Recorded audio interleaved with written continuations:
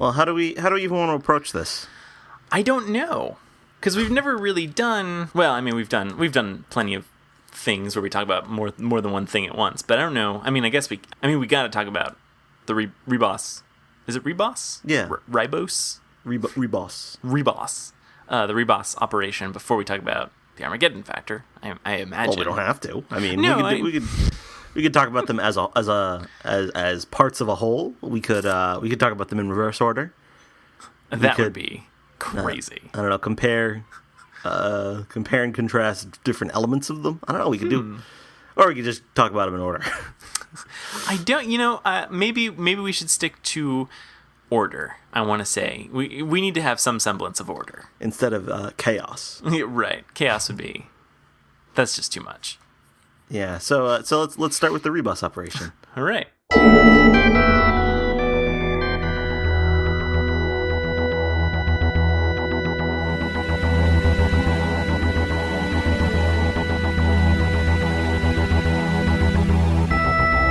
I'm Tom Dickinson. And I'm Louis Midas. And this is the Cloister Room, a podcast about Doctor Who and other things.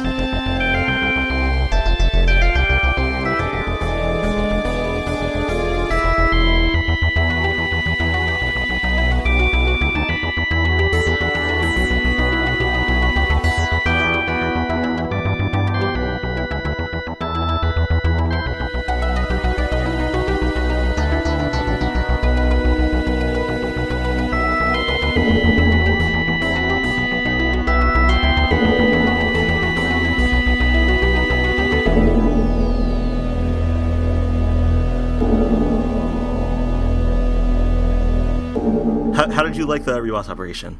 I really liked it. Yeah, I like that one too.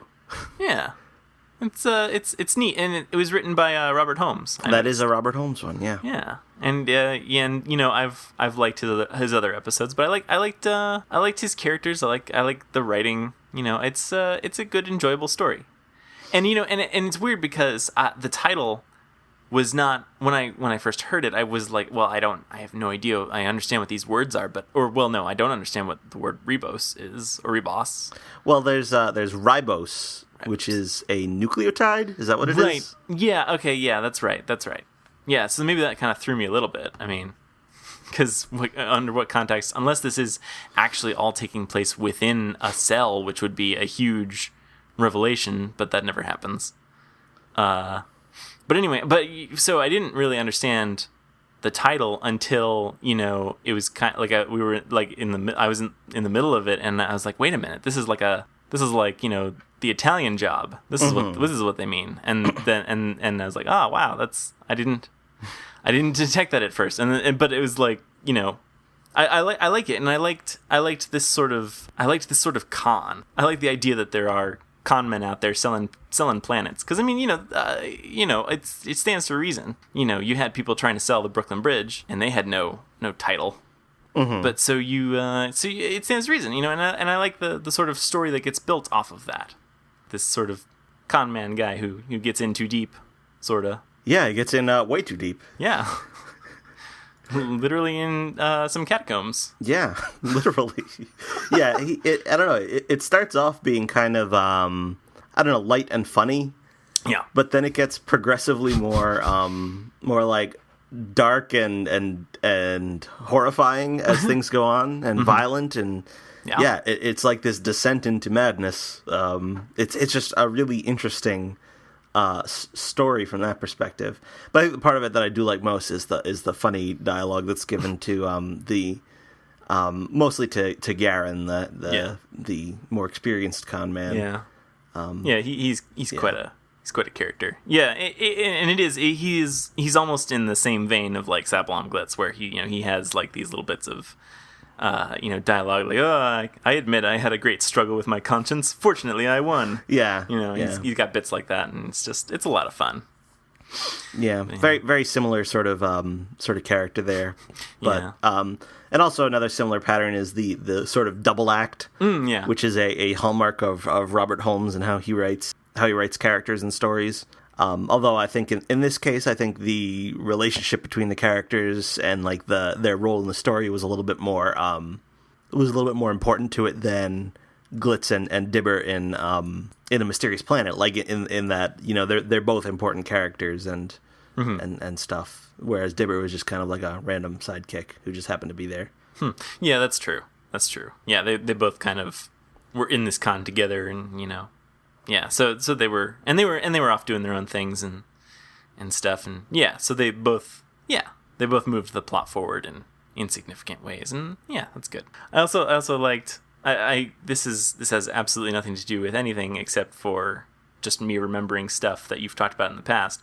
But I thought it was funny that that younger con artist guy was described by Romana to have an honest, open face. when you've said in the past that is how the Fifth Doctor is described, I think, in books. Well, it's the pleasant open face. Oh, pleasant open face. Oh, okay, so it's a different kind of open face. It's a very different kind of open face, yeah. I need to learn the nuances between pleasant and honest. But that phrase did pop out at me, especially because of like the line that you can't be a crook with a dishonest face. Yes. Yeah. It's very true. I mean, you know, unless you're doing like a double bluff or whatever. Ooh.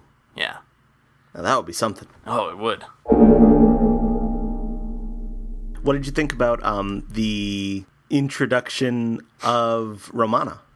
You know, I think in the past I've been a little critical of the first Romana, but I do like her here. I kind of like how, not abrasive, but she's kind of calling the Doctor out on, you know, his stuff and things, and you know, I think and making fun of his age, I guess, you know, because she's so much younger. She's only 100 something, I guess. What was it?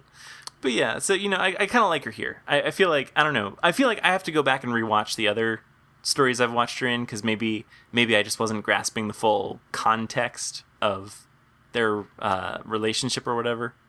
Well, I think there is a part of it that she gets a little bit watered down in subsequent stories. That could be. She becomes more of like the standard companion who just happens to have like a posh accent, as opposed to here where she's really clashing with him. Yeah. And there's like the whole dynamic between her and the Doctor is very much like the Doctor is sort of like desperate to get her on board and like show her the ropes and show her like the right way to be an adventurer. And she's like trying to take him down a peg and constantly like psychoanalyzing his flaws and stuff like that. So. Yeah, and that's fun. I think, you know, I feel like every now and again you need to have the Doctor taken down a peg. It's especially fun when it's just, you know, by one of his companions because it's supposed to be the other way around. That is right. They're supposed to be the subordinates, the assistants. Yes, as they're sometimes called. Yeah. And how did you feel about the setup of the Key to Time story arc?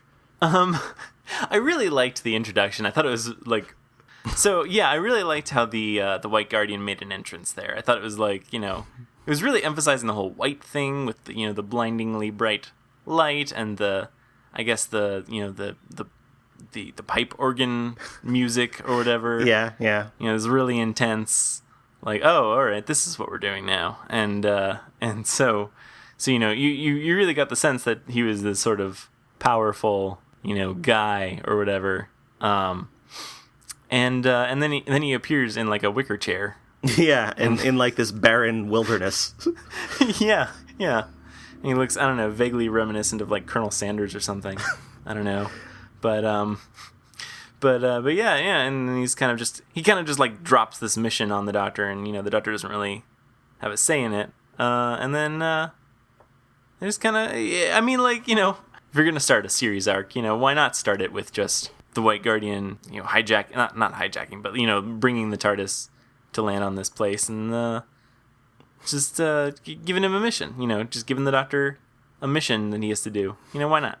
Well, yeah, I was actually kind of wondering in at the end of Death in Heaven, whether Santa Claus is going to turn out to be the White Guardian in disguise, because the way he's introduced is a little bit similar, although it's kind of right. At the end of a story rather than at the beginning of a story. But oh man, that would have been so good. And you know, I bet Stephen Moffat could have totally worked in the idea that, you know, that Santa just is the White Guardian or whatever. The White Guardian just like sometimes wants to dress up in a red suit and just give presents to children. Yeah, and he might as well be. I mean, it's not disproved in the episode, because it is implied in the end that, yes, Santa really does exist. That's right. How did that tangerine get... Exactly.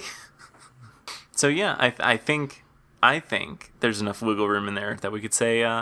So here's the thing: if the White Guardian is Santa, do you think that the Black Guardian could be the voice in the TARDIS? Oh well, that's not like. I thought you were gonna do like something related, like Krampus. No. Oh well, that too. I mean, you could do that. Could do Krampus. I mean, him in there too.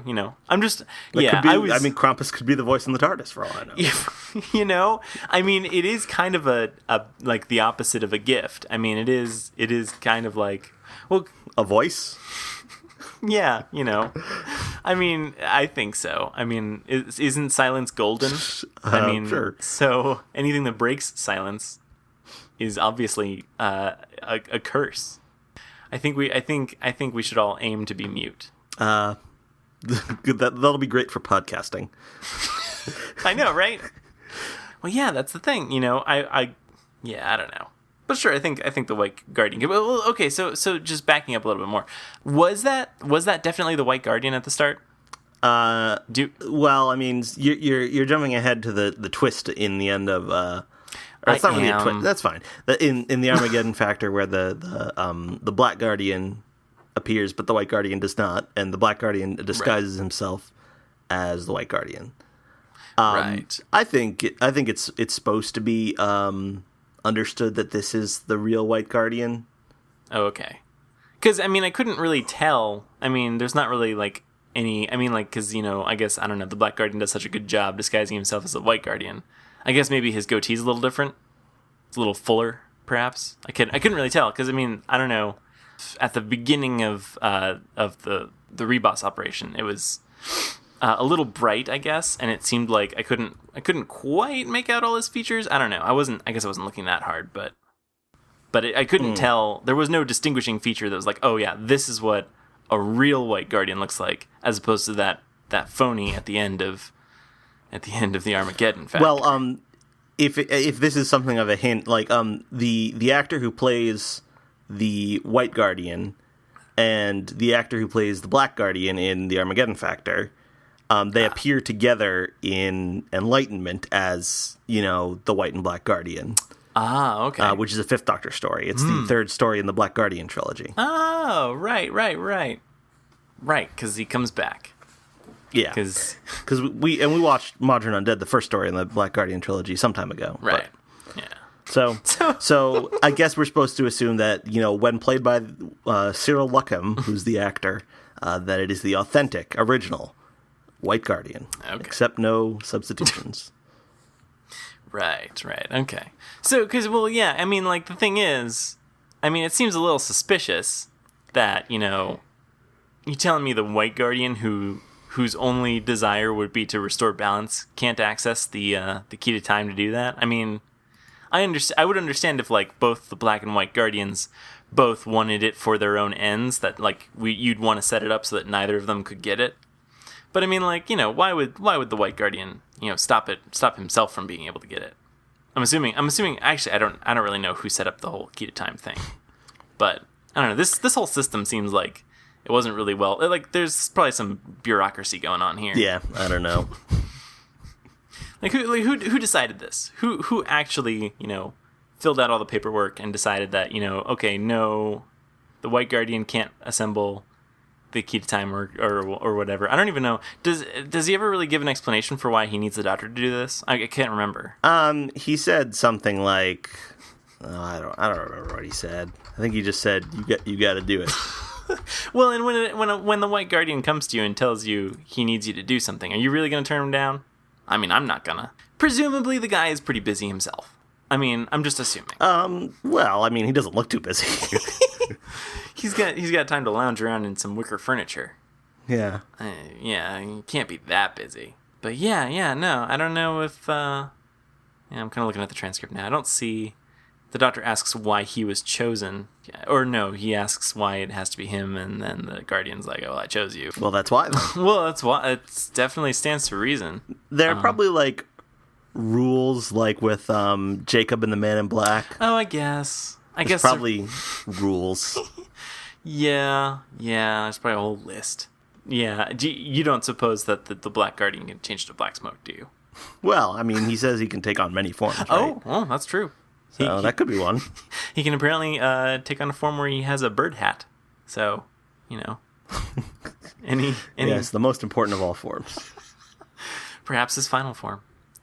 But yeah, no, I guess there must be rules we don't know about, and we just are never gonna know about. And probably the Doctor does know about these rules, and so that must be why he doesn't put up much of a fight. He puts up a little bit. He puts up a Doctor level of a fight, but it isn't like just flat out say no or whatever. I guess there must be something going on we don't know about. Yeah, it's like the Elamist and the Krayak. Oh yeah. Okay. Well, once you put things in terms of Animorphs, obviously I'm going to understand it. I mean, well, clearly.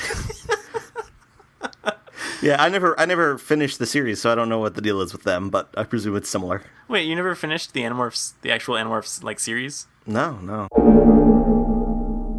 Yeah, it's well, I think that the opening of the Ribos operation, it's very it feels random, like it could happen at any time, but just happened to happen right now while the Doctor's sitting there hanging out with K9. And I don't know, like it just happens, and then it feels disconnected from the rest of the story. It does. Right.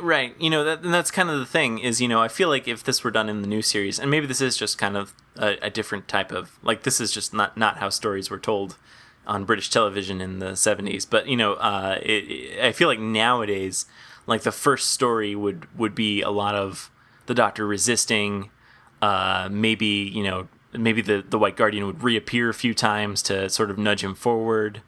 And then he'd sort of fall into it, and then eventually he'd begrudgingly, get caught up in this, in this story. Or they might start off without establishing that the key to time thing, and have it gradually come out, like the Doctor doesn't know what's going on until like the end of the first serial or something. Yeah. He's got this like on the back burner where he knows something else is going on, and then as he's cornered the villain or whatever, he's like, yeah, but the one thing I don't understand is how you were able to do this and this, and then and then he's like, what? I didn't do that, and then the White Guardian comes in and he's like, I did that, and you got to find these key to time bits, and and that would be how the new series would do it. Yeah, that's probably kind of like if you remember Colony in Space, for instance, not Frontier in Space. Colony in Space. That was the Pertwee one with the mining colony. Oh yeah. And he's sent there by the Time Lords, and he has no idea why. And it's only as the story goes on that he sort of learns what the situation is. Right. So they could have done something a little more like that, and it would have seemed a little more natural. I don't know. Yeah. Or maybe that was the point, was to try and subvert the expectation that the Time Lords just throw him into something. Like, hey, no, let's just bypass all this and just be upfront. Maybe this makes a lot of sense to the White Guardian, who I'm assuming has some kind of superior intelligence. Maybe he prefers to come to people and or bring people to him and just upfront tell him, by the way, you got this thing you got to do. You have you've no say in it, so don't even try. And you've got a person to help you sitting in the TARDIS waiting for you. So just just hop to it and get back to me. He was very dismissive of K9. Right. What does he say? He says something like, K9 is a mere machine, or something like that. That's very rude. I mean, come on. Yeah, he's a very sensitive machine. Yeah. There's a lot of nuance in that machine. Yeah, although, we can talk about that when we get to the Armageddon factor, but he may have had some reason for concern. That's true. Yeah, so it is a little weird and jarring, and I mean, it is kind of a thing where, you could almost just cut that. Well, you can't really cut it out, but I mean, if you cut that beginning out, you'd have a mostly standalone Doctor Who story. At least about as standalone as any other of the episodes in the Key to Time, except for the finale. Right. For the most part, it's just, the Doctor and the companion show up, and it's just in this season they happen to be looking for something. Right. And I think one of the reasons behind this, I think I read somewhere that the producer of the show, Graham Williams, was a little was a little annoyed by the fact that the Doctor just, even though he's not intentionally trying to go into dangerous situations, he always just happens across an adventure. It's like, that doesn't make sense. It seems kind of improbable. But so he created this, this concept that the Doctor was looking for trouble. I guess, that stands to reason. I mean, one could say that the Doctor is always looking for trouble and just leave it at that. Maybe you don't have to have this wrapper around it where he's part of the plot looking for trouble. I guess. And it is kind of funny that I don't know, there is always some trouble happening around these keys. It's not like they're never just like sitting there. They're always part of some scheme or something. In what do you call it? The Power of Crawl. It is literally crawl. So yeah, it's a little bit, and I have to say it's a little bit irresponsible for whoever planted these keys to make them these weird things that cause trouble. Couldn't they make them inert? I mean, if it is like an all-powerful, I don't know, I'm assuming that there's like an all-powerful being who took care of all this. It's probably just like, a couple dozen bureaucrats, and this is all going through this is moving around between different departments. Yeah, it's all very political. Yeah, so I'm sure that this was an unintentional side effect of people trying to make things safe or whatever, or trying to. I mean, I guess in the grand scheme of things, if you're at the very least you were able to scatter the pieces of the key to time such that the Black Guardian couldn't get it, I guess that's a job well done. You've met the bare minimum requirement. It's just that these individual pieces are now, somewhat dangerous. So, I mean, you get most of the way there. The primary objective was achieved. So, I guess they got that going for them. How did you like Binro? The heretic. Binro the heretic. Well, I felt a little bit sorry for him. I mean, like, he seemed like an alright guy. I mean, he had these crazy ideas that, the stars were not actually, bits of ice or whatever, and for that he was cast out, I guess. But I liked him. I thought he was kind of a sympathetic character, sort of, almost. Yeah, he was. A lot of people kind of cite the scene where Unstaff tells him that he's right as like one of the most touching moments in all of Doctor Who. Aww. I don't know if that's necessarily something I agree with, but it's fine. It's good. It's good. It's up there though. I mean, he does sell it well. I mean, he definitely looks touched, and you can see he's kind of like, oh, this was worthwhile. And so actually I guess as tragic as it is that he gets killed in the end or whatever. So even though he dies knowing he was right, and I think that's the message for us all. That's something Adric doesn't get. No, that's true. We'll never know, unless he does in that weird parallel universe we're not going to talk about or whatever the expended media. Yeah, we don't talk about that. Oh my God, there's no like audio adventure where Binro is saved and is in some sort of weird parallel world, is there? Or whatever? Not yet. But there is an upcoming audio adventure featuring Drax. Oh, really? Yeah. Called The Problem with Drax. Oh, there's a problem with him. Yeah, but I don't know what it is because the thing hasn't come out yet. Well, we're gonna find out. I guess we're definitely gonna find out. So, do we see Drax again after the Armageddon factor? No. Well, so there could be a lot happening with him, a lot of problems potentially. But yeah.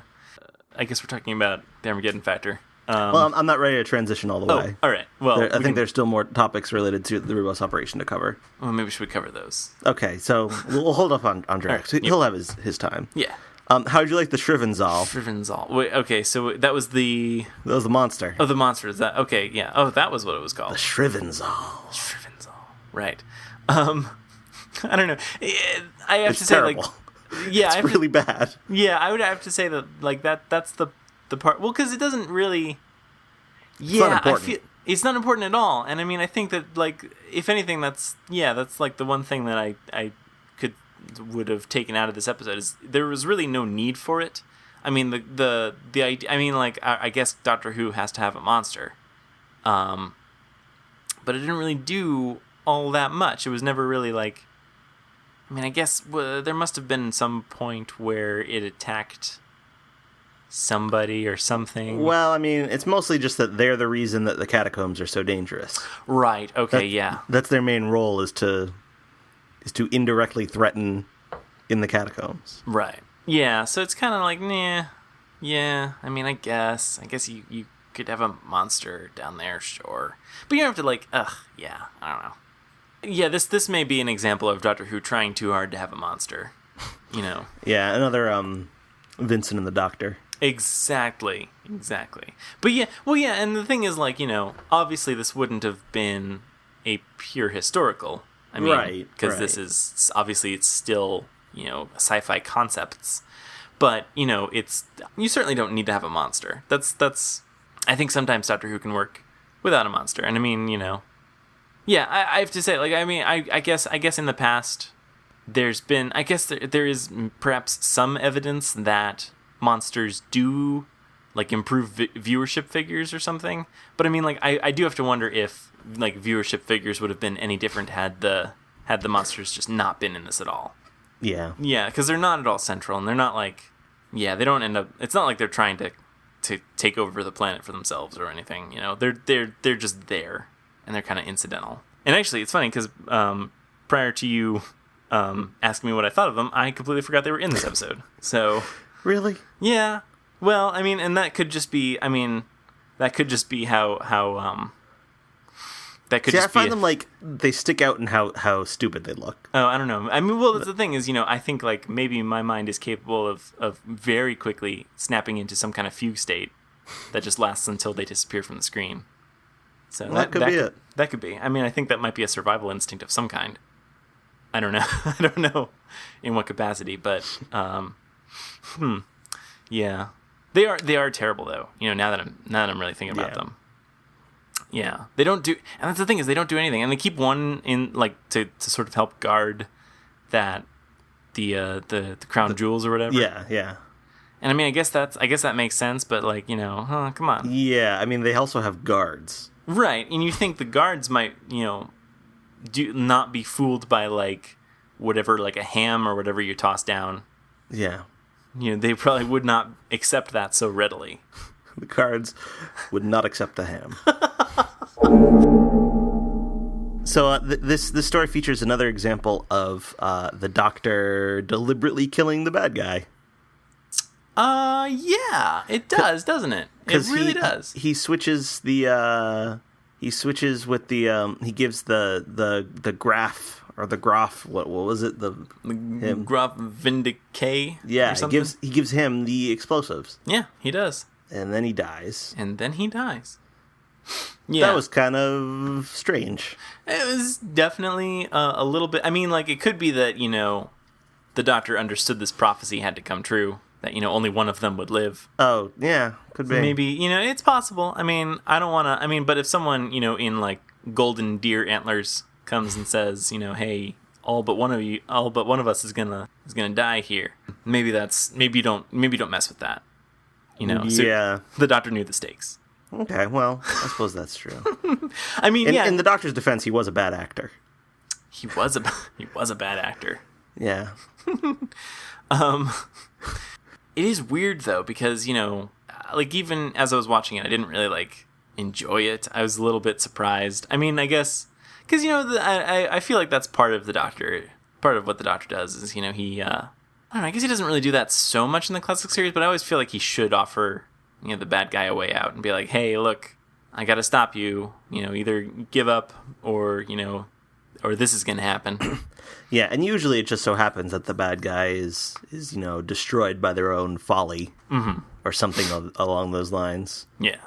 Which, I mean, you could argue that this is that as well, but the Doctor just actively sort of pushes them off the ledge, so to speak, not literally.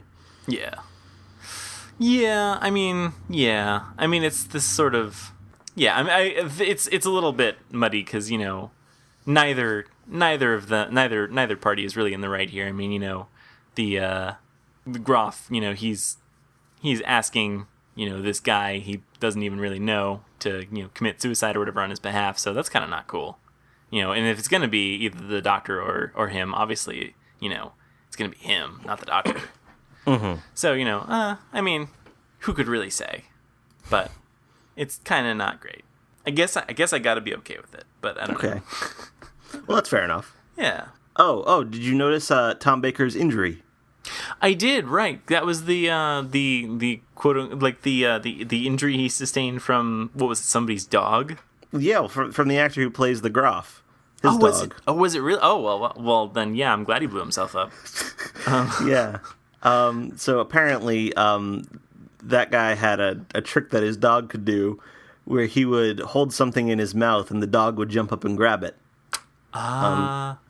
Between his teeth. And then Tom Baker's like, hey, let me try. And it didn't work.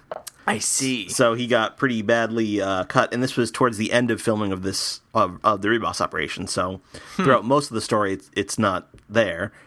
But like in the early scenes in the TARDIS, for instance, those were filmed. I guess they must have been one of the last things that were filmed, because you can kind of notice it on him there, and they cover it up with makeup.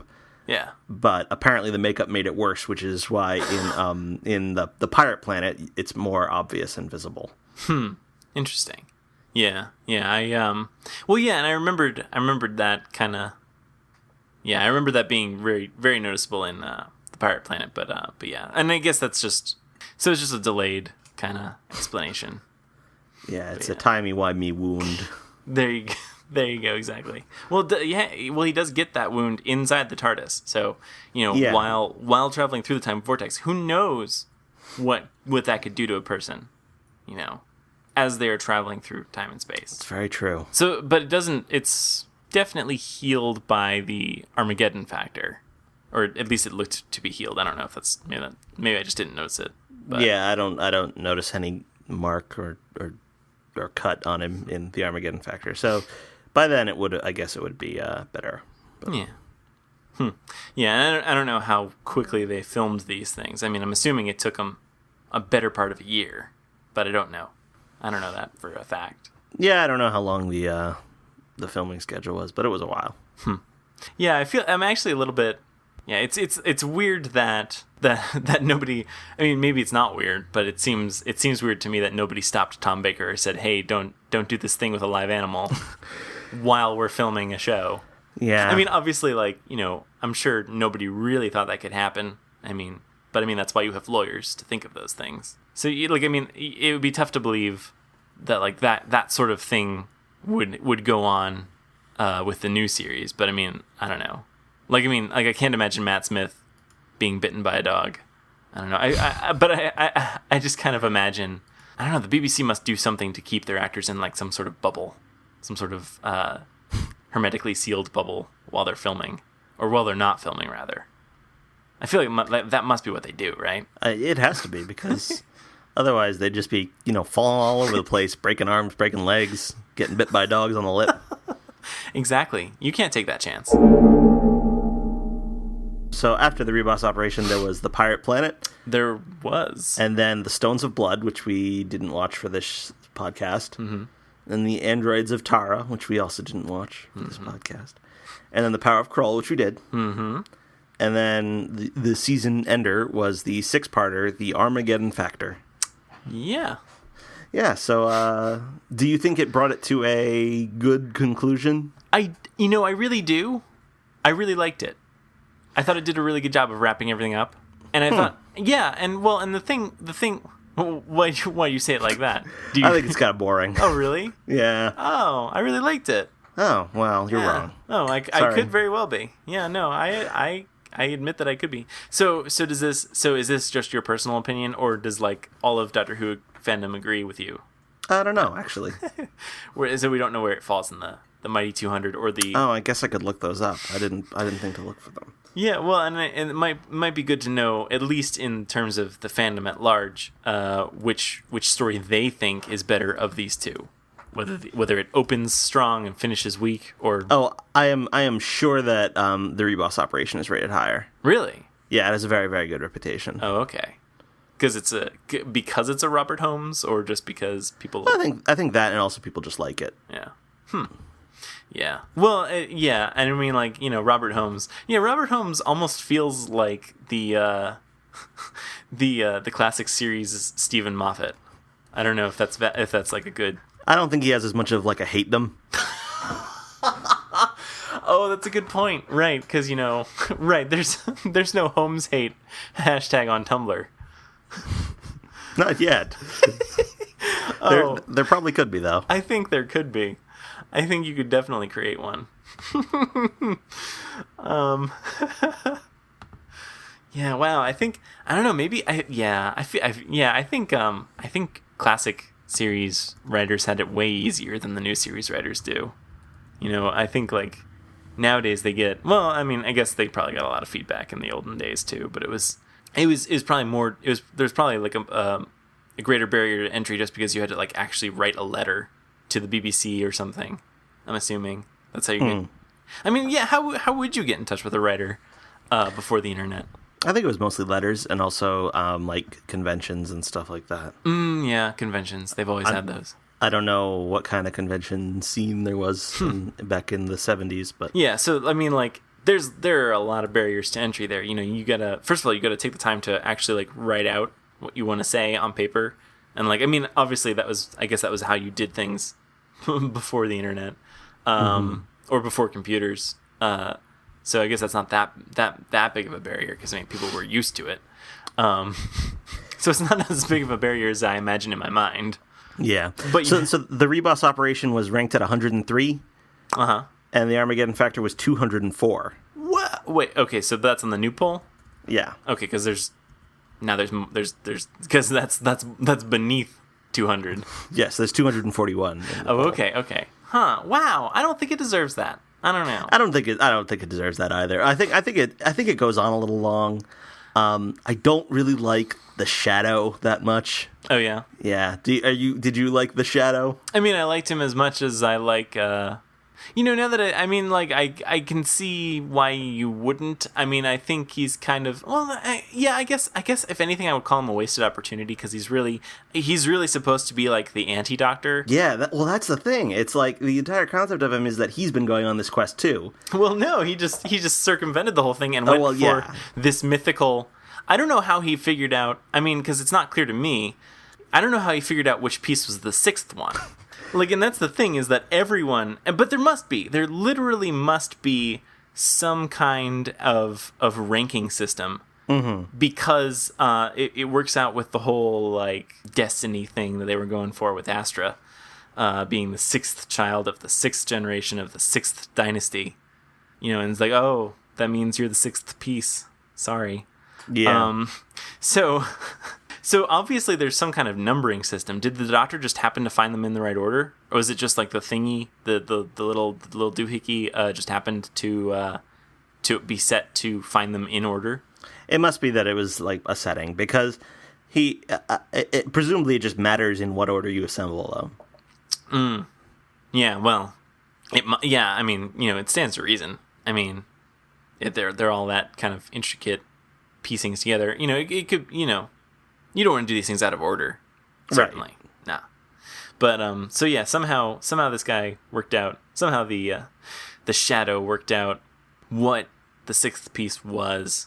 Maybe he just maybe he had his own little wand, and he just like reversed the setting, so when it counted down instead of up, and then he just stopped at the first one and figured like, okay, well, found this. Might as well just wait here for the Doctor to do all the other work. I mean, like, in fairness, that is pretty smart. I mean, yeah. Why didn't the Doctor just do that? Well, did the Doctor even know that there was another guy? I guess he didn't. Yeah. See, this is the thing: is that if you don't tell your pawn or whomever everything, I mean, I guess that's why they're a pawn. But at the same time, you're going to get results like this. Yeah. But I mean. The strategy also wouldn't have worked if they were both just sitting on, like if the Doctor was sitting on the first piece and the Shadow was sitting on the sixth piece and they were all just like waiting for, the other five pieces to come to them. That just wouldn't have worked. Yeah, I guess that wouldn't work.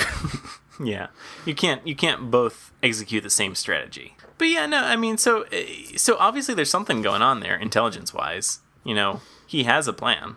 It's true. So I mean. it kind of falls apart, I guess, because he's using these little mind control things, you know. Yeah. And you know, you can't rely on, you know, if you want something done right, you gotta do it yourself. And so you really just can't rely on these minions or whomever. I mean, you can't even like really vet, you know, the Doctor's friends. I mean, you know. Right. It's crazy. It's crazy to expect the Doctor's friends to do your dirty work for you. Absolutely. That is just, and I mean, yeah, if that is really the one weak point, I think, in his plan, is that he's maybe he just doesn't like understand what friends are for. And maybe you would, because if you're like the exact opposite of the Doctor in every possible way, you're not going to understand what friends are for, and you are going to think that friends are just people who betray you. So, I mean, it stands to reason. So that's his downfall. Yep. I think that's got to be it.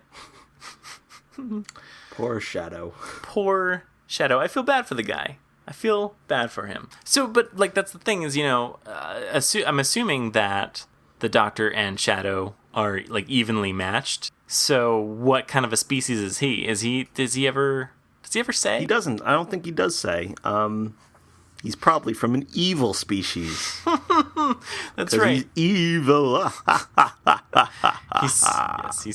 He definitely has that laugh down. Yeah. Evil laugh. Yeah. It's important. But but yeah, so I mean, you know, so if there's some kind of like evil Time Lord, you know, evil Lord perhaps. There might as well be. I mean, in an infinite universe. Sure. Is it some kind of devolution of like I mean, I think the Warlord was just an isolated guy, but I mean, maybe if the Warlord... there were Warlords. Oh, were there more than one? Oh, that's Yeah. right. That's right. There were. Yeah, so maybe he's a Warlord. Yeah, he could be. He doesn't look like him. Well, I mean, you know, over time, I mean, evil's going to do that to you. I mean, just look at what's his face in Star Wars, Palpatine. Yeah, I suppose that's true. You got to figure. Yeah. These things are going to happen. Did you? How did you feel about K9? This is a lot of action for K9. Well, yeah, but it's like all of it is like he betrays the Doctor twice. Wait, what's the first time? Well, first he like goes over to the side of that computer, right? Does he really like go like? But he just kind of like he's just sort of like is an interpreter, right? Like I mean, I thought that was but he's like it's so good to like be in the company of a machine instead of the primitive organics. He says stuff like that. So that's right. That's true. Well, I mean, who can fault him? I mean, you know, I imagine organics are kind of boring to talk to. Yeah, maybe. I mean, like, yeah, that's the thing. I guess I don't know. Yeah, I guess you really can't forgive K9 for doing that. I mean, right? Because especially because you know, I don't know if this is true of tin versions, but you know, a dog is man's best friend. I'm assuming tin dogs are up there. Although, I don't know. Although it does make sense that you know, if we are you know following this this analogy to its conclusion, then you know a tin dog would be a tin man's best friend. So if we were to probably yeah. I mean, I think that's how. I don't know. They took analogies off the SAT, and then I don't know how they work anymore. That's right. You know, this new SAT. They're changing it again, you know. Oh, are they really? Yeah. Are they adding more points? I don't know. You know, they can't keep doing this point inflation thing. You know, how is anybody going to get into college, you know? That's a good question.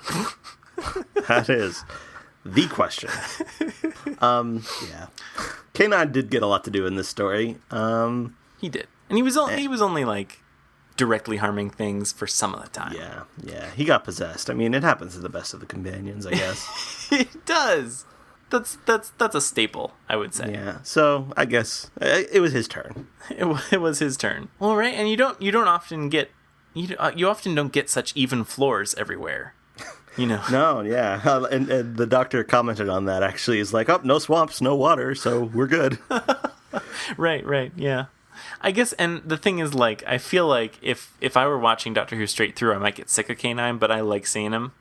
And I like. I love K9. Yeah, I mean, I feel like it would be a thing that might get a bit much if I were watching him week to week. Although, you know, there are so many occasions where he just can't participate that it probably evens out. But I don't know. I like seeing him. I like seeing him in action because he doesn't get that much action. I just think he's a very good companion for Tom Baker. Right. Because it's just really funny when like Tom Baker gets defensive about him and stuff like that. Right. It's kind of fun watching Tom Baker argue with the machine. What did you think about Lalla Ward's Doctor Who debut?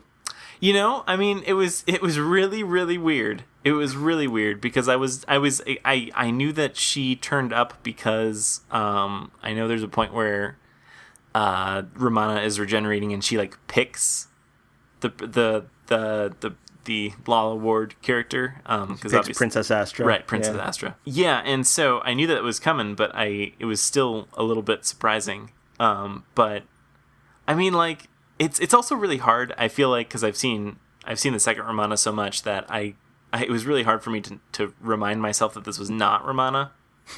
And there were points at which like I don't even know, like they were actually like referring to Romana when Lalla Ward was there, and I was confused because well that's Romana, and then it took me a minute to take a step back and say, oh wait, no, it's not. I mean, she was all right. I don't know. I mean, I just thought it was kind of funny. Yeah, I have the same thing. Like I just keep getting confused and having to remind myself, oh, Mary Tam's Romana, that's right.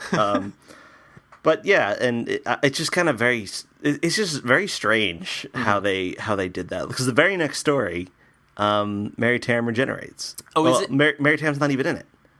Oh, that's right, because Romana comes out and she's all these different people.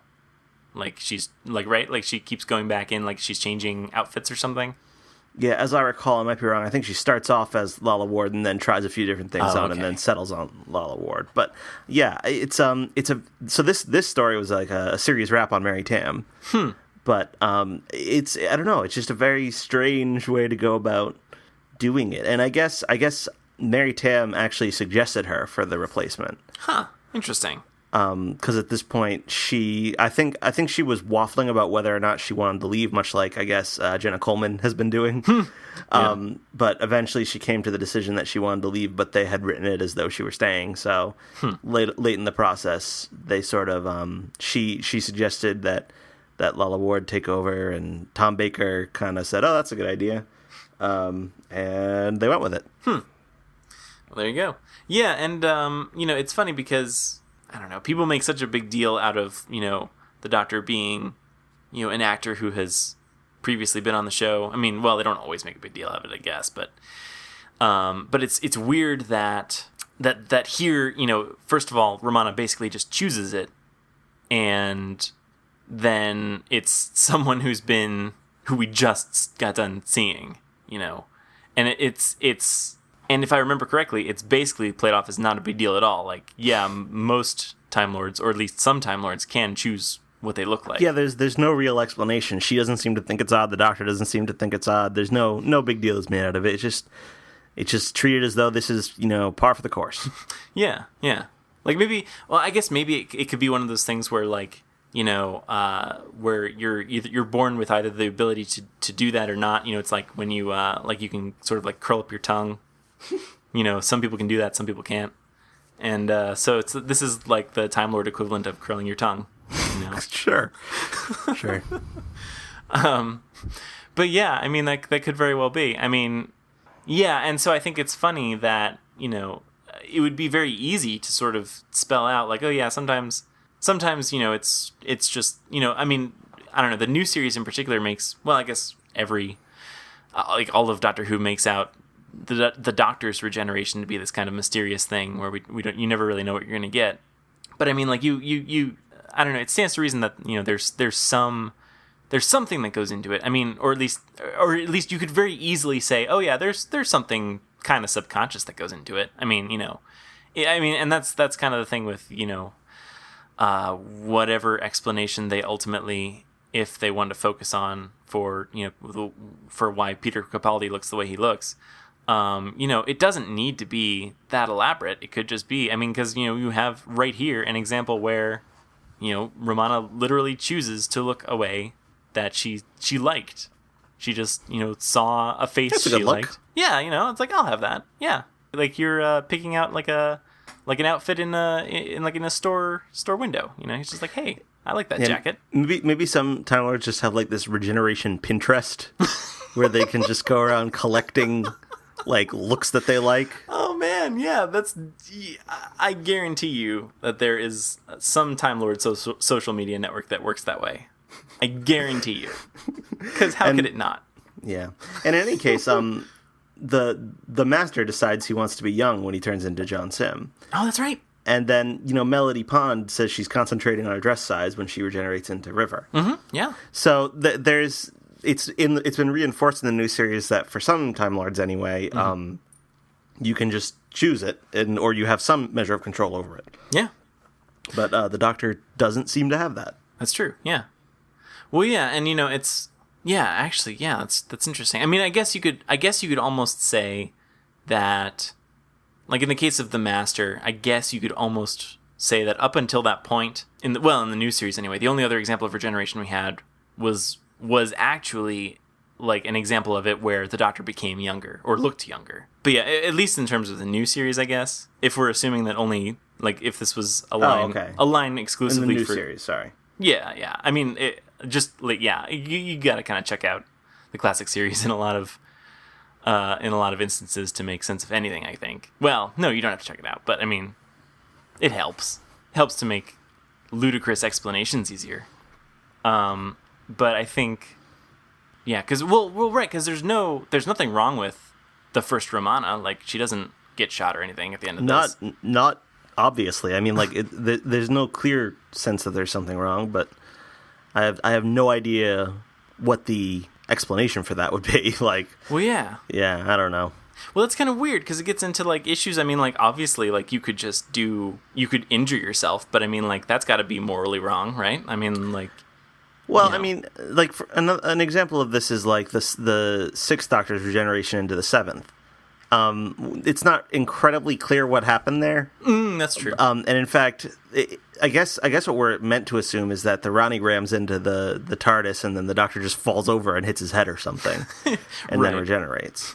But I think various like expanded media things have tried to retcon around that, and in fact, Big Finish has a story upcoming called "The Sixth Doctor: The Last Adventure," which is going to be his regeneration story leading up to Time in the Ronnie. Oh, cool. So, like, they're actually, like, fitting in a story where he gets mortally wounded?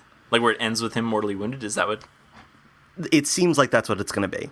That's kind of cool. They haven't been incredibly clear about what exactly it is they're going to do, but, yeah, it's what it is, it's a box set of 4 separate 1-hour stories, each one with a different companion, but they have a linking element, and the last one...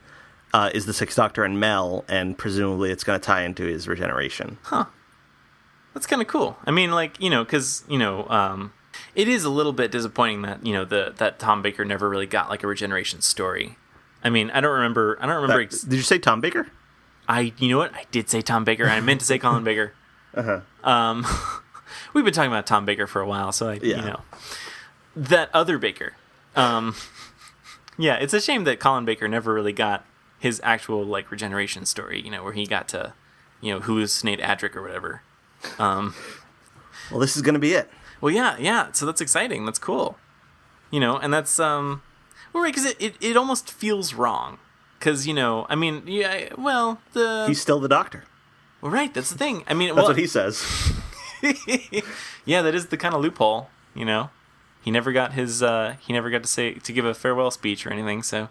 Yeah, I think he is just as there could be an alternate Richard E. Grant Doctor. I think that there's like an alternate Sixth Doctor where he just keeps on going. Or maybe that's the regular Sixth Doctor, and the one that regenerates into McCoy is the alternate. Oh yeah, this is a split timeline.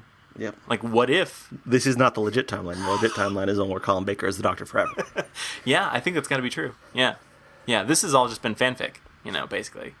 Like, what if bumping your head could cause a Time Lord to regenerate? There's apparently it's implied in the books that the latent Seventh Doctor personality within the Sixth Doctor murdered the Sixth Doctor. This is a theory that it sounds like I'm going to love this theory. Well, I don't know that much more about it, but because I haven't read the relevant books, but. yeah, I think I need a list of books in which this is covered in. Yeah, I don't remember. This might be a Paul Cornell thing. I don't remember. It would be a Paul Cornell thing. Because a lot of the like Seventh Doctor, Virgin New Adventures stuff was, Paul Cornell was a major voice in that. So it might be one of his books. I don't remember for sure, but I think I would enjoy that theory completely. Yeah, and Big Finish may canonize it or may attempt to reinforce it because because I gather that Sylvester McCoy is going to have a cameo appearance in the Sixth Doctor's final adventure, so it might be like he just shows up and he's like, "Ha, die," and then stabs the Sixth Doctor or something. Yeah, there you go. Well, right, because it's like it's kind of like when the Fourth Doctor regenerated, there was kind of like that. Like I don't know if that was actually, I can't remember if that was actually Peter Davison in like. No, it was not makeup. No, but it was like he whatever happened, he sort of helped the regeneration along. So this will be the same kind of thing. Only more malicious. Exactly. Yeah, I could get behind that, and that seems like and you know what? That seems like a very, very Sylvester McCoy thing to do. Well, and okay, so, but getting back to it, I mean, like, yeah, it is kind of long, but I also kind of appreciate that it is basically like a normal Key to Time episode, and then, like, they basically pause it, and then do this other thing with the actual... That's true. Like, and it suits the theme, is the thing. They use the Key to Time to make this, this vine, basically, of time. This looping video. Yes. Time Vine. Yes. Should have been the title. Yes, exactly. Where, it's the marshal just shouting, "Fire!" over and over again. And so, I think you got to get behind... I mean, you can't say that they didn't do a good job working with this Key to Time. I mean, I think it would have been super disappointing if the whole episode had been basically time manipulation free, and then it just kind of ended with them, completing the Key to Time. I mean, I guess, there's any number of ways you could use the Key to Time. At one point, I think the Doctor makes a light come out of it. Yeah. But, and light is, related to time in some fashion. I mean... Sure. in as much as, like, all of time-space is related. I don't know, anyway. I mean, I'm not a theoretical physicist, but I'm assuming that time somehow factors into light, and vice versa. But yeah, so I think you can kind of do whatever you want with the Key to Time, but I'm glad that they used it to actually, like, manipulate time. Mm-hmm. Because I think that's true. So I felt like, so I think, like, it's a 6-parter, but, like, 2 of those parts pretty much are just them messing with time and trying to do this whole extra thing. And it's sort of, like, nested inside this actual adventure. And so, like, I mean, like, I give them credit for that. Like, the concept, I think, is pretty cool. Mm-hmm. But that's true. But and that's the thing, is it did kind of, to me, feel like a finale, because it was first of all wrapping up this season-long story arc, which is, that's kind of new series-ish, you got sort of a loosely tied together story arc for the whole season. And it ends with kind of this big showdown. And what did you think of the showdown? Well, so it's just kind of weird. I like how towards the end, though, like, K9 just busts in with like, busts through this rock, and he just and then, like, the Doctor and Drax kind of, like, reverse miniaturize themselves or whatever. And then it's like, haha, we're here. I mean, I think that's kind of hilarious. Mm-hmm. And I kind of enjoyed that. It's a little weird, though. It was a little strange, but it was fun. And I do have to say, another thing is that, I liked how they kept introducing characters, like, pretty much all the way through. I mean, like, they were introducing Drax, like, I think that was in episode 5. Yeah, I believe you're right. So, it's, I mean, I don't know what you would consider the downfall of, like, 6-parters to be. I mean, a lot of 6-parters seem to go on for too long. But this one, I think, like, did a good job of at least trying to compensate for that by, like, continually introducing new concepts and characters and things like that, and Drax being among those. Who's a fun character, I guess, in his own right. I mean, as far as characters, I mean, like, I have no idea. Like, I'm trying to remember what his deal was. I guess he's just kind of he's kind of just like this tinkerer guy who just happened to be, like, he didn't just happen to be there. He was kind of he was captured? He was a sort of reject Time Lord who kind of got in over his head arms dealing. Oh, right. So he just kind of turned up, which is kind of like a weird sort of thing out of nowhere, but it was interesting and sort of kept things going. But yeah, it did indeed. Yeah, I liked the Doctor's fake out of being corrupted by the key to time. yeah, that seemed like well, yeah, and I don't know if I like. Well, actually, I did almost kind of believe it. Like, I was like, oh, I didn't think, like, the Doctor was legitimately corrupted, but I thought, like, oh, is maybe, because I knew that they had to initiate the whole randomizer thing. I knew that was coming. But I was like, oh, is the Black Guardian, like, somehow possessing the Doctor? And are they going to have to, like, use the randomizer in order to escape the Black Guardian's possession? But no, it was just, the Doctor was just messing with Romana. Which I think is all right. Yes, that's fun. But yeah, no, I thought that was funny and something very much that the Doctor would do. I thought it was a little anticlimactic how he just ended up having to scatter them all throughout time and space again. Yeah, that's true. Because like, did time ever get balanced out again? Was that or was that never a thing? I guess it didn't get balanced out. Well, right, because, like, that's the thing, is they went through all this trouble to put this key together.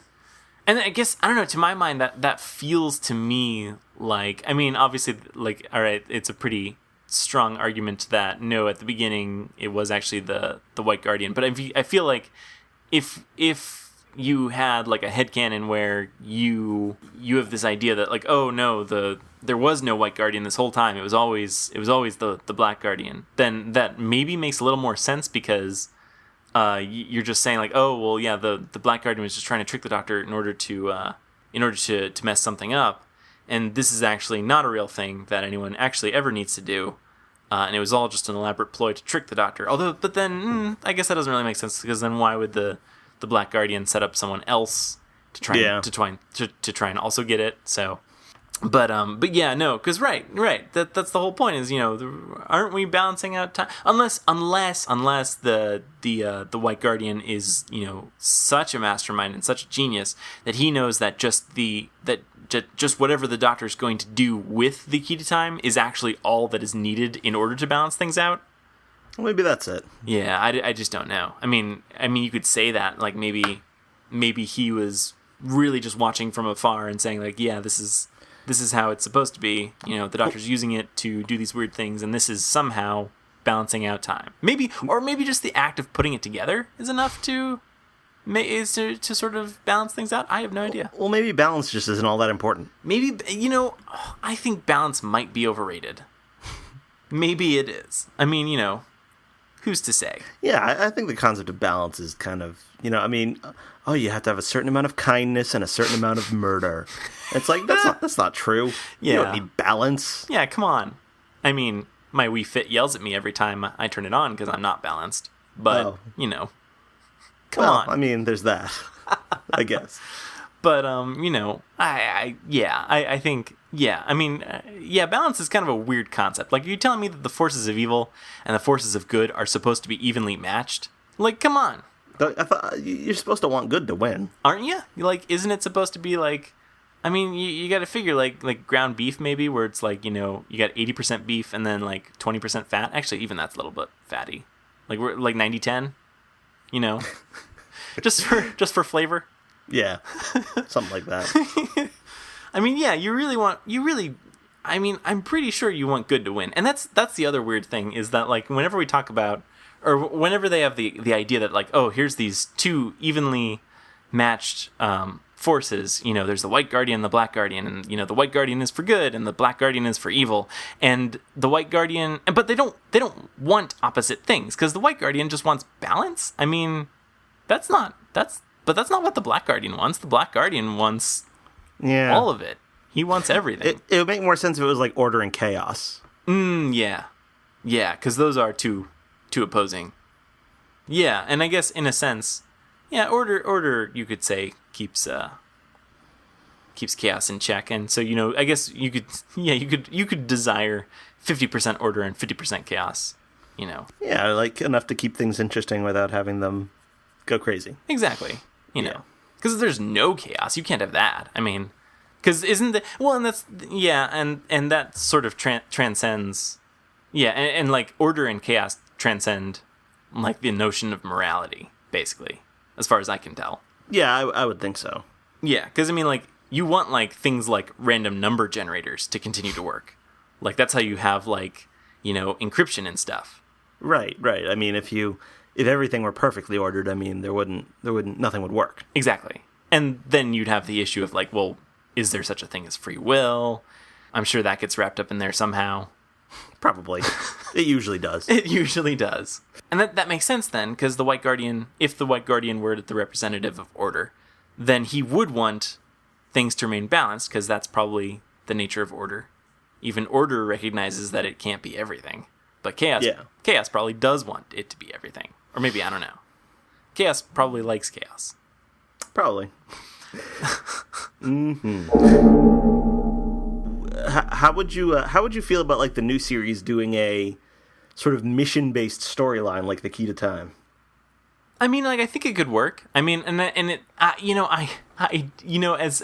weird as a concept as it is, or as weird as it is to think you need to explain it, I would like the idea of the Doctor seeking out trouble. Like, I mean, because I think, I mean, like, I don't think it needs an explanation, but I think it would be nice for a change of pace, maybe. I don't know. Like, I don't know.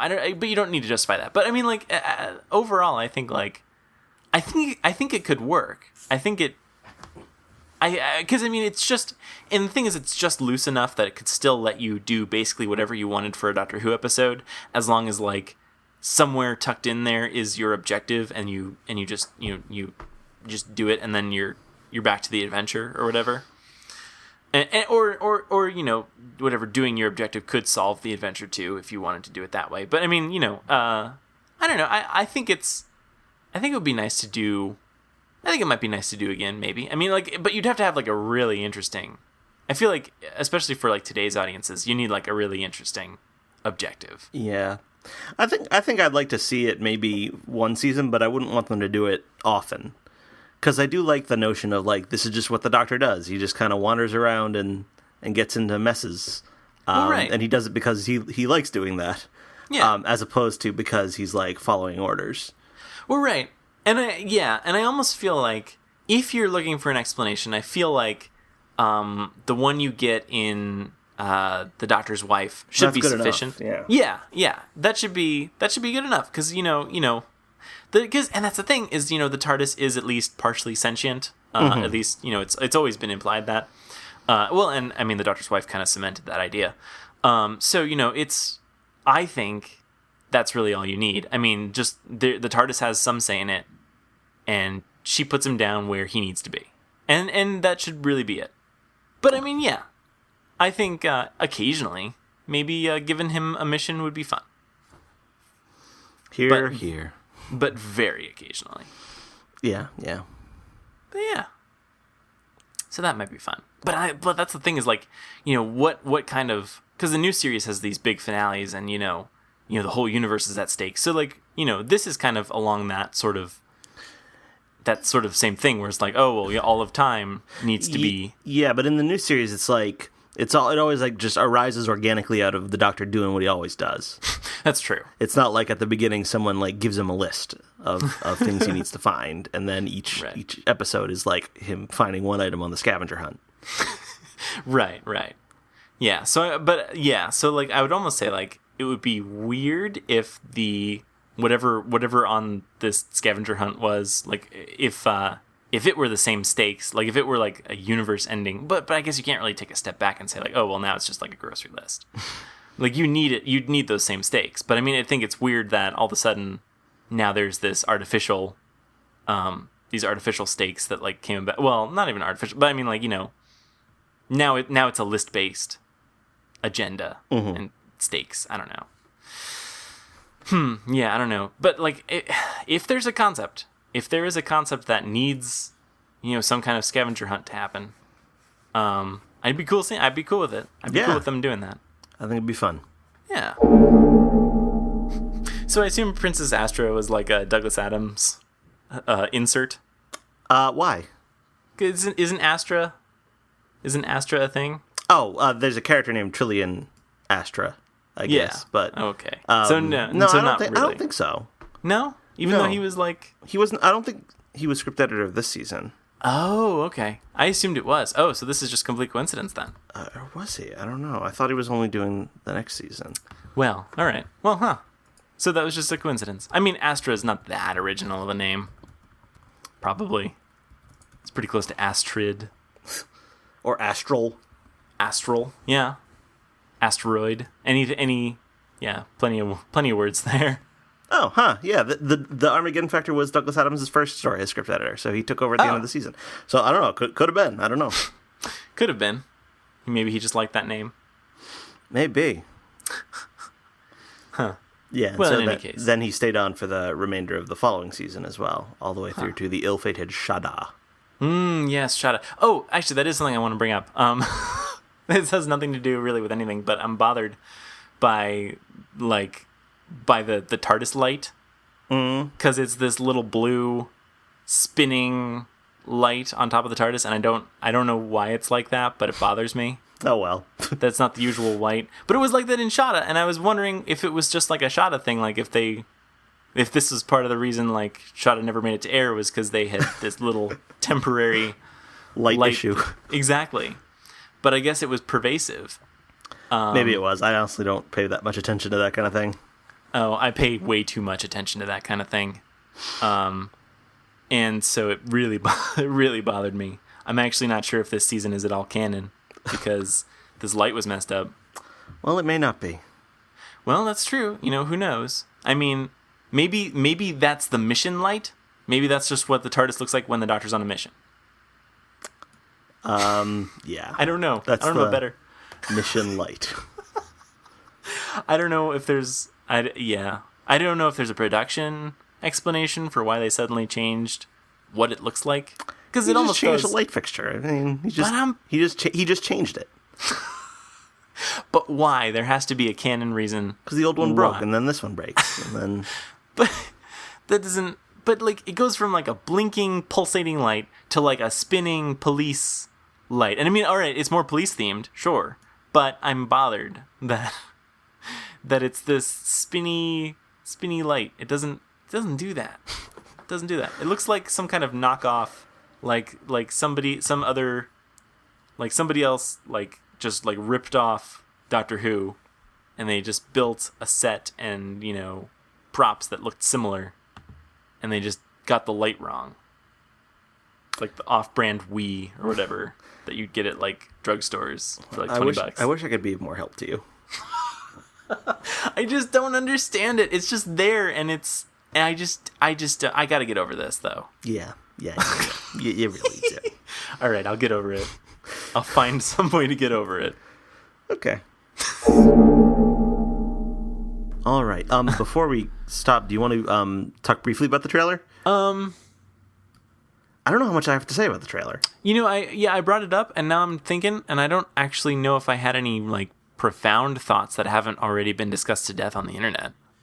Well, the thing is, I mostly ignored the trailer. Okay. Well, as soon as I found out there was a trailer, I watched it once, and then closed out of the tab. Didn't read any discussions or tweets or anything about it. Yeah. Because I was just very busy at the time it came out, and I've continued to be very busy since then. Yeah. And I have watched it, I believe, 2 times after that. But I haven't spent any. I didn't. I often, like with trailers, I will go through and freeze frame them a lot just to take extra looks at stuff. But I haven't done that, and I don't know if I'm going to. But it was a good trailer. Yeah, I mean, I'm excited. I mean, it was very cinematic, I thought. It was. Well, they made it even like extra widescreen. That's probably why. Which I think sold it, But yeah, no, I'm definitely excited. I mean, I don't know. I don't know. I'm really hoping Cabaldi's gonna be. I mean, he was really good in his first series, I think, And I'm hoping he'll stay really good, and he looks like he's gonna stay really good, and it looks like his hair got like crazier. I've heard so much discussion about his hair. That's the one thing. I think I think that's fair, because I think, like, I don't know, his sort of cropped hair in Series 8. I mean, that's fine, but I mean, I like him. I like my doctors with big goofy hair. The Radio Free Scaro has talked about it a lot, and so has the Verity podcast. Mm-hmm. I don't know if you listen to Verity. I sometimes listen to it. Okay, but Liz on Verity has very strong opinions against the foofy hair.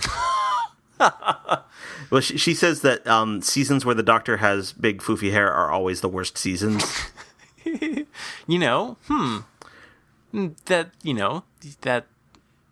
might be true. I don't know. I don't know if I even agree with the examples she called out, but this is a topic of some controversy. Oh, okay. Well, I won't touch it then. Yeah, I don't want to do anything too controversial. Probably best not to. But yeah, no. So we got like 2 months to wait, almost. Yeah, it was almost a month later than I thought it was going to be. Yeah, really. I had pinned my expectations on August 23rd. Yeah. I don't know why, but I had. Yeah, no, it's a good date. But yeah, no, that's like really. Yeah, September 19th. Yeah, that's gonna push the end pretty close to Christmas already. Pretty close. Yeah. Yeah. I wonder if that's significant somehow. I don't know. I'm curious to know more episode titles. Yeah. Yeah, they usually announce those. Or no, sometimes they don't. Well, they kind of do different things. I mean, oftentimes what'll happen is there'll be an issue of Doctor Who magazine that announces the first few. Right. And then another issue later that announces the rest of them. Right. But so far we've got The Magician's Apprentice, The Witch's Familiar, and The Girl Who Died and the Woman Who Lived. And we still don't know the writer or director for episode 9. Huh. I think it's presumed to be Mark Gatiss. Does he not have an episode anywhere else? Or he does not, and it was implied last year that he would this year. So, but things change. So things do change. We don't know. Interesting. But that's the last one they're filming. Actually, is episode 9. Huh. So that they're filming the 2-part finale. Oh, with Rachel Talalay. Oh, right. Who I love. Yeah, she did a really good job with the finale last year. Yeah, that was one of the best directed episodes that I can think of. Yeah.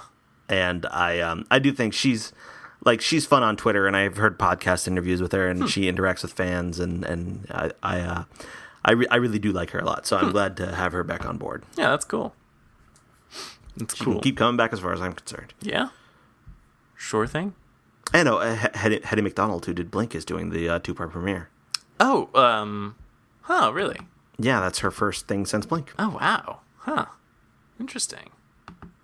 Her first Doctor Who thing since Blink, that is. Yeah, it's interesting. Well, because Blink is so different in terms of everything.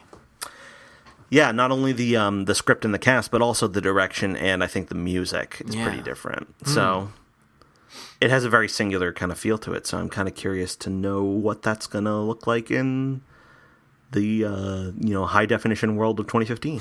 Yeah. Huh. But I don't know. I mean, I think I have kind of thought about Doctor Who in terms of up years and down years. Yeah. Have I told you this? Actually, no, I don't know. Maybe you have. Okay, so I think Series 1, up year. Okay. Series 2, down year. I don't think Series 2 is very good. Mm-hmm. Well, I think it's good. It's just not as good as some other years. Series 3 is another up year for me. Mm-hmm. Series 4, down year. Really? Yeah, these are all my personal opinions. Well, I mean, I'm assuming. but I think series 1 and 3 are better than 2 and 4. And then Series 5, up year. Mm-hmm. Now, here's the thing. Series 6 and Series 7, 2 consecutive down years. So that's where I think some of the kind of discontent in the fandom has arisen. I definitely agree with that. From 2 down seasons spread across 3 years. But I think Series 8 was a big up year. So I don't know whether Series 9 is we're back to a down year, or if 2 consecutive down years means 2 consecutive up years. Oh, I don't know. Could be. Yeah, could be a bull market. I think is bull the good one? It might be. It really might be. We just don't know. We just don't know, and we won't know. There just isn't any way to know. There isn't. If only. If only. Yeah, I have nothing to say about the trailer other than that. Or do I? I mean, was there anything particularly noteworthy in the trailer? There was that thing they threw in at the end, which is probably a red herring. With Maisie Williams' character. I feel like I've made a decision not to think too hard about that. I've made a decision it's a red herring, and therefore I shouldn't care about it. Yeah. That's mostly the same as what I've made the decision. I'm not as confident that it's a red herring, but I think even if it's not a red herring, I don't think it behooves me to think too much about it. Right, because what are you going to do with that little bit of information you get? Yeah. You're just trying to invent something to go around it, and then it's this whole constructed thing. It takes up so much space in your brain. Why would you do that to yourself? Yeah. One of the big theories I hear is that she's Susan. Yeah, I've heard that too. I saw a very good snarky tweet from Neil Perryman of Tachyon TV and the Wife in Space blog, who said something like, it was something, I'm paraphrasing here, but it was something like, yes, as we all know, Susan always called the Doctor old man. It was practically her catchphrase. Yeah, right. It's like, hello, sweetie. Yeah. Of course, she called him grandfather, not old man. Right. Yeah, so I don't know. My theory is that she is the meddling monk. Ooh. Well, that's a good one. That is my half-sincere theory. Yeah, that's a good one. If you're going to have a theory, that's a good one. I like to think so. Yeah. Or she's a Sontaran. Because why not? She's the new version of the Sontarans. It would be surprising. It would be shocking. It would be. And the thing is, they're a clone race. So, who knows what they're doing genetically? Yeah, they could be cloning Game of Thrones actors. Hey, I mean, I only know of Game of Thrones by what I hear people talk about, but I hear it's very violent. Maybe the Sontarans would like that. Oh, they would love it. They love violence and war. Yeah. I bet they love saying winter is coming. Probably. Yeah. Yeah. I actually don't think I have any other thoughts about the trailer. I'm trying to remember. He says something about kissing it to death, and I don't know what that is. It's kind of weird. He says some weird stuff. He does say some weird stuff. Who knows what he's referring to? I don't know. I don't know who knows what he's referring to. Probably Steve Moffat knows. Probably. The monsters that are in it, like, are not. I mean, there are people with makeup on that look weird. There's like something with dark eyes, and then there's like robot looking things. Yeah, more robots. But none of them look all that interesting in terms of their design. No, I wouldn't say so. And maybe I'll feel different once I've seen the episodes that they're in. But right, this could be, this could just be underestimation. You never really know. I guess I never do. Big things come in uninteresting packages. Sure do. Yeah, I never finished the series, so I don't know what the deal is with them, but I presume it's similar. Wait, you never finished the Animorphs, the actual Animorphs like series? No. Oh, where'd you stop? Probably around book 30.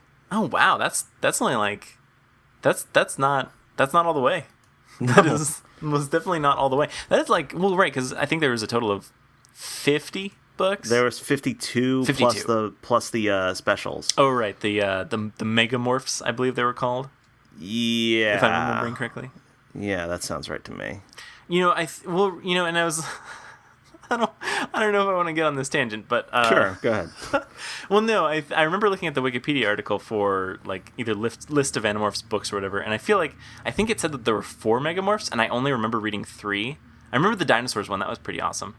Mm-hmm. I think that might be my favorite. Yeah. Oh, and there's also the Chronicles books. Oh, Oh, yeah. I remember. I definitely remember reading the Andalite Chronicles and the Hork-Bajir Chronicles, and I think.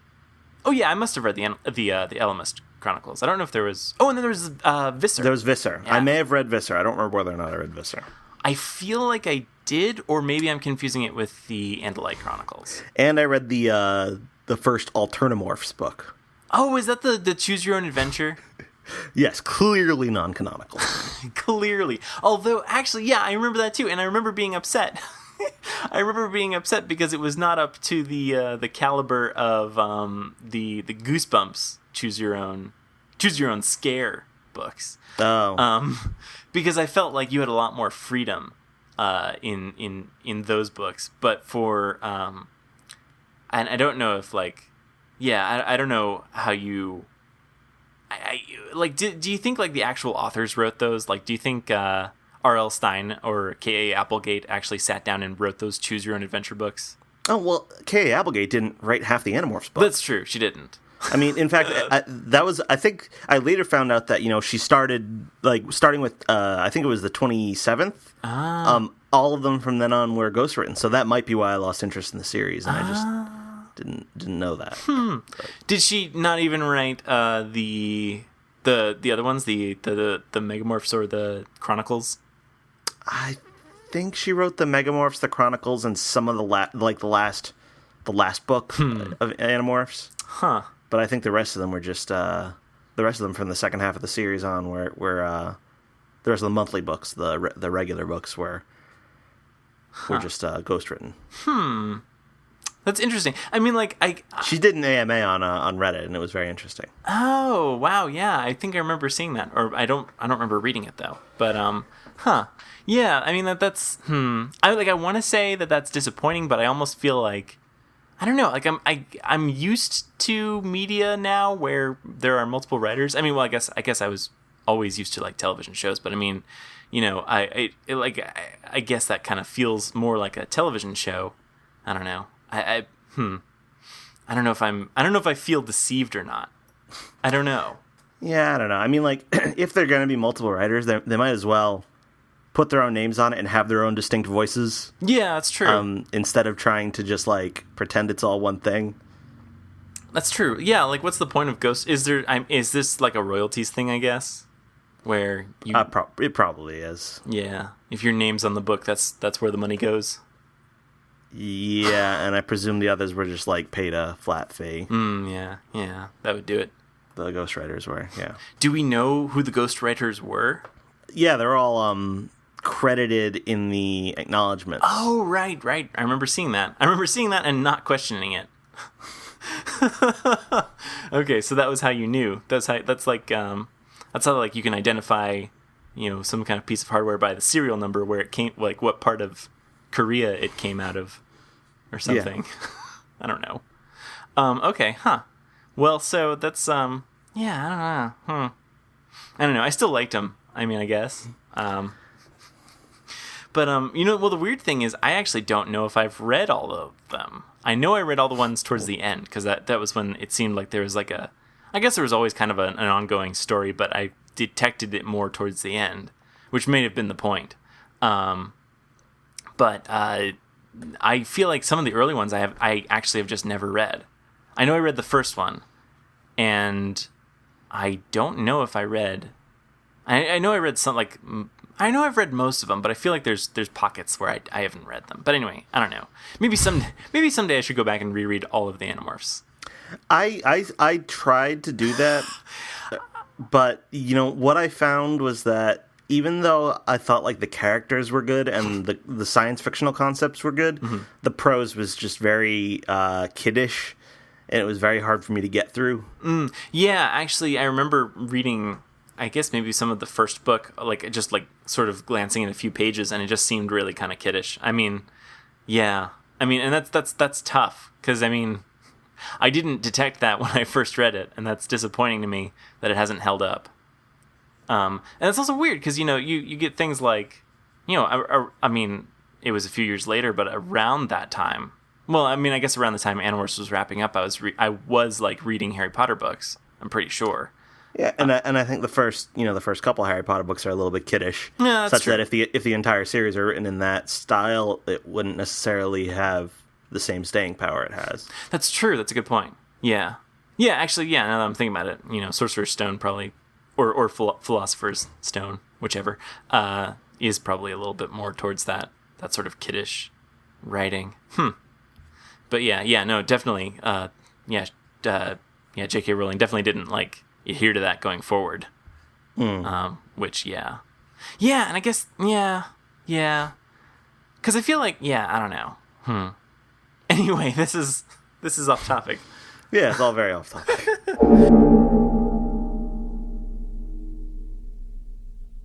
Oops, that's not what I meant to do. I did not mean to do that. That is not what I meant to do. I did not mean to stop the call. That's not what I meant to do.